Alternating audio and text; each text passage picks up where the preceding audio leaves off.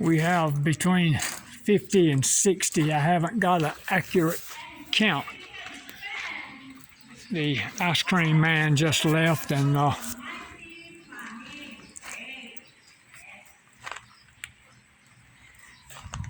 he likes coming here because it's good business for him.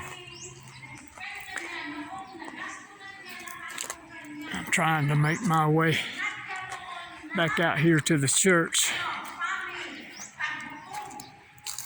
And we teach Jesus here. We preach Jesus here. We are after souls. We teach and preach salvation through Jesus and through Him alone. There is no other way, no other way.